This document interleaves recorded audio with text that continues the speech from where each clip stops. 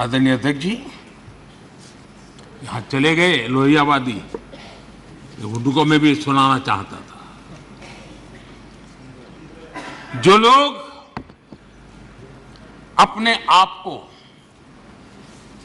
लोहिया जी का वारिस कहते हैं और जो कल सदन में बड़े उछल उछल करके बोल रहे थे, हाथ लंबे चौड़े करने की कोशिश कर रहे थे, लोहिया जी ने नेहरू जी पर गंभीर आरोप लगाया था और लोहिया जी ने कहा था, और वो आरोप था कि जानबूझकर नेहरू जी नॉर्थ ईस्ट का विकास नहीं कर रहे, जानबूझ करके नहीं कर रहे। और लोहिया जी के शब्द थे, ये कितनी लापरवाही वाली और कितनी खतरनाक बात है। लोहिया जी के शब्द हैं, ये कितनी लापरवाही वाली और कितनी खतरनाक बात है। 30,000 स्क्वायर मील से बड़े क्षेत्र को एक कोल्ड स्टोरेज में बंद करके उसे हर तरह के विकास से वंचित कर दिया गया है। ये लोहिया जी ने नेहरू पर आरोप लगाया था कि नॉर्थ ईस्ट के लिए तुम्हारा रवैया क्या है। ये कहा था, नॉर्थ ईस्ट के लोगों के हृदय को, उनकी भावनाओं को आपने कभी समझने की कोशिश नहीं की है। मेरे मंत्रिपरिषद के 400 मंत्री रात्रि निवास करके, और अकेले स्टेट हेडक्वार्टर पर नहीं, डिस्ट्रिक्ट के हेडक्वार्टर, और मैं स्वयं 50 बार गया। ये आंकड़ा नहीं है सिर्फ,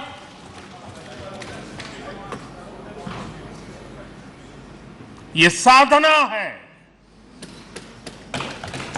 ये नॉर्थ ईस्ट के प्रति समर्पण है।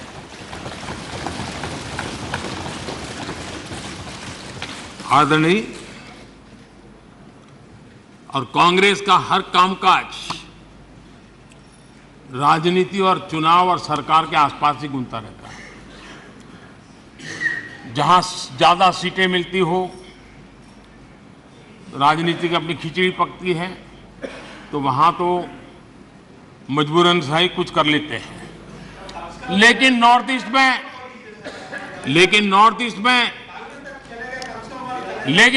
में देश सुन रहा है। नॉर्थ ईस्ट में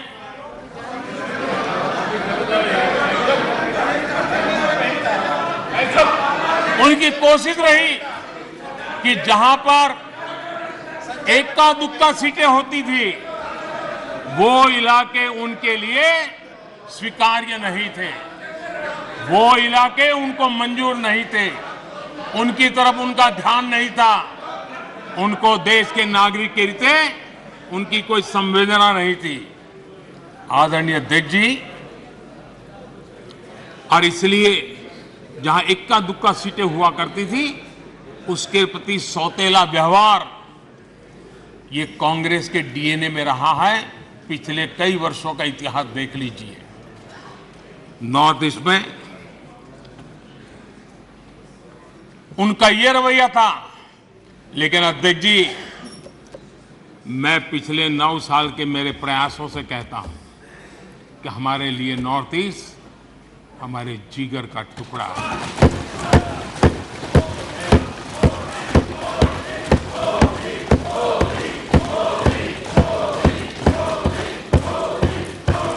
आज मणिपुर की समस्याओं को ऐसे प्रस्तुत किए जा रहा है जैसे बीते कुछ समय में ही वहां ये परिस्थिति पैदा हुई है। कल अमित भाई ने विस्तार से बताया है समस्या क्या है, कैसे हुआ है। लेकिन मैं आज बड़ी गंभीरता से कहना चाहता हूं, नॉर्थ ईस्ट की इन समस्याओं की कोई जननी है तो जननी एकमात्र कांग्रेस है। नॉर्थ ईस्ट के लोग इसके लिए जिम्मेवार नहीं हैं, इनकी ये राजनीति जिम्मेवार है।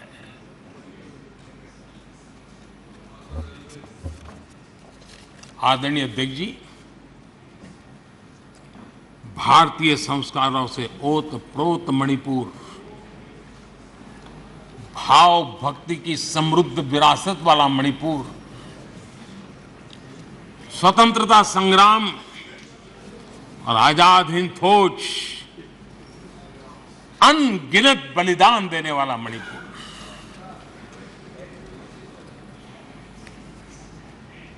कांग्रेस के शासन में ऐसा महान हमारा भूभाग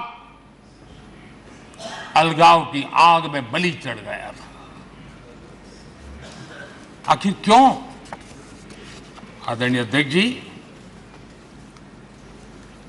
आप सबको भी मैं याद दिलाना चाहता हूं साथियों, यहां मेरे जो नॉर्थ ईस्ट के भाई हैं उनको हर चीज का पता है। जब मणिपुर में वो एक समय था, हर व्यवस्था उग्रवादी संगठनों की मर्जी से चलती थी, वो कहे वो होता था। और उस समय सरकार किसकी थी मणिपुर में? किसकी सरकार थी? जब सरकारी दफ्तरों में महात्मा गांधी की फोटो नहीं लगाने दी जाती थी, तब सरकार किसकी थी? जब मोइरांग में आजाद हिंद फौज के संग्रहालय पर नेताजी सुभाष चंद्र बोस की प्रतिमा पर बम फेंका गया, तब मणिपुर में सरकार किसकी थी? तब मणिपुर में सरकार किसकी थी? आदरणीय अध्यक्ष जी, जब मणिपुर में स्कूलों में राष्ट्रगान नहीं होने देंगे, ये निर्णय किए जाते थे, तब मणिपुर में सरकार किसकी थी? जब एक अभियान चला था, अभियान चला करके लाइब्रेरी में रखी गई किताबों को जलाने का, ये देश का अमूल्य ज्ञान की विरासत को जलाते समय सरकार किसकी थी? जब मणिपुर में मंदिर की घंटी शाम को 4 बजे बंद हो जाती थी, ताले लग जाते थे, पूजा अर्चन करना बड़ा मुश्किल हो जाता था, सेना का पहरा लगाना पड़ता था, तब मणिपुर में सरकार किसकी थी? आदरणीय अध्यक्ष जी, जब इम्फाल के इस्कॉन मंदिर पर बम फेंककर श्रद्धालुओं की जान ले ली गई थी, तब मणिपुर में सरकार किसकी थी? जब अफसर, हाल देखिए, आईएएस आईपीएस अफसर, उनको अगर वहां पर काम करना है तो उनके तनख्वाह का एक हिस्सा उनको इन उग्रवादी लोगों को देना पड़ता था, तब जाकर के वो रह पाते थे, तब सरकार किसकी थी? आदरणीय अध्यक्ष जी, इनकी पीड़ा सिलेक्टिव है, इनकी संवेदनाएं सिलेक्टिव है, इनका सब बातचीत राजनीति से शुरू होती है और राजनीति से आगे बढ़ती है।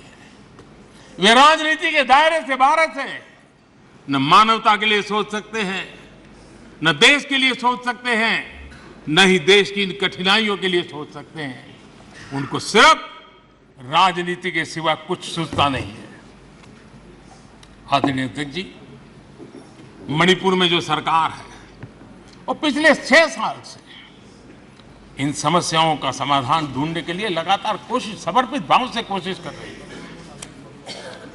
बंद और ब्लॉकेड का जमाना कोई भूल नहीं सकता है। मणिपुर में आए दिन बंद और ब्लॉकेड होता था, वो आज बीते दिन की बात हो चुकी है। शांति स्थापना के लिए, हर एक को साथ लेकर चलने के लिए एक विश्वास जगाने का प्रयास निरंतर हो रहा है, आगे भी होगा। और जितना ज्यादा हम राजनीति को दूर रखेंगे, उतनी शांति निकट आएगी। ये मैं देशवासियों को विश्वास दिलाना चाहता हूं। आदरणीय अध्यक्ष जी, हमारे लिए नॉर्थ ईस्ट आज भले हमें दूर लगता हो, लेकिन जिस प्रकार से साउथ ईस्ट एशिया का विकास हो रहा है, जिस प्रकार से आसियान देशों में का महत्व बढ़ रहा है, वो दिन दूर नहीं होगा। हमारे ईस्ट की इस प्रगति के साथ साथ नॉर्थ ईस्ट वैश्विक दृष्टि से सेंटर पॉइंट बनने वाला है। और मैं ये देख रहा हूं और इसलिए मैं पूरी ताकत से आज नॉर्थ ईस्ट की प्रगति के लिए कर रहा हूं। वोट के लिए नहीं कर रहा हूं जी।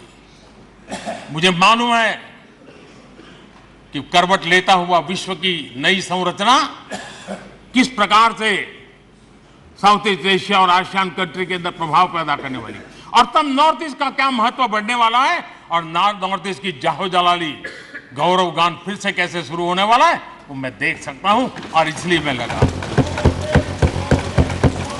आदरणीय अध्यक्ष जी, और इसीलिए हमारी सरकार ने नॉर्थ ईस्ट के विकास को पहली प्राथमिकता दी है। पिछले 9 वर्षों में लाखों करोड़ रुपए नॉर्थ ईस्ट के इंफ्रास्ट्रक्चर पर हमने लगाए हैं।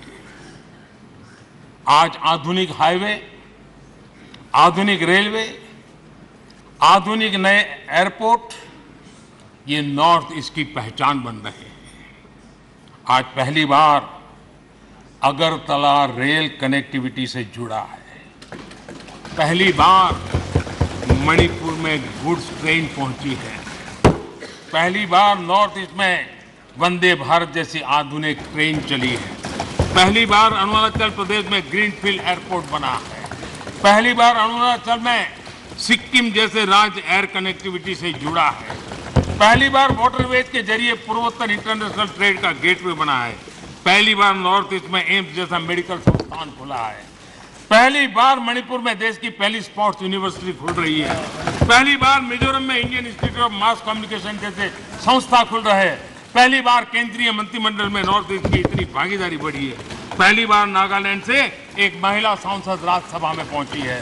पहली बार इतनी बड़ी संख्या में नॉर्थ ईस्ट के लोगों को पद्म पुरस्कार से सम्मानित किया गया है। पहली बार पूर्वोत्तर से लसित बरफुकन जैसे नायक की झांकी गणतंत्र दिवस में शामिल हुई है। पहली बार मणिपुर में रानी गाइडिंलिउ के नाम पर पूर्वोत्तर का पहला ट्राइबल फ्रीडम फाइटर म्यूजियम बना है। आदरणीय अध्यक्ष जी, हम जब सबका साथ सबका विकास कहते हैं, ये हमारे लिए नारा नहीं है, ये हमारे शब्द नहीं है, ये हमारे लिए आर्टिकल ऑफ फेथ है, हमारे लिए कमिटमेंट है, और हम देश के लिए निकले हुए लोग हैं।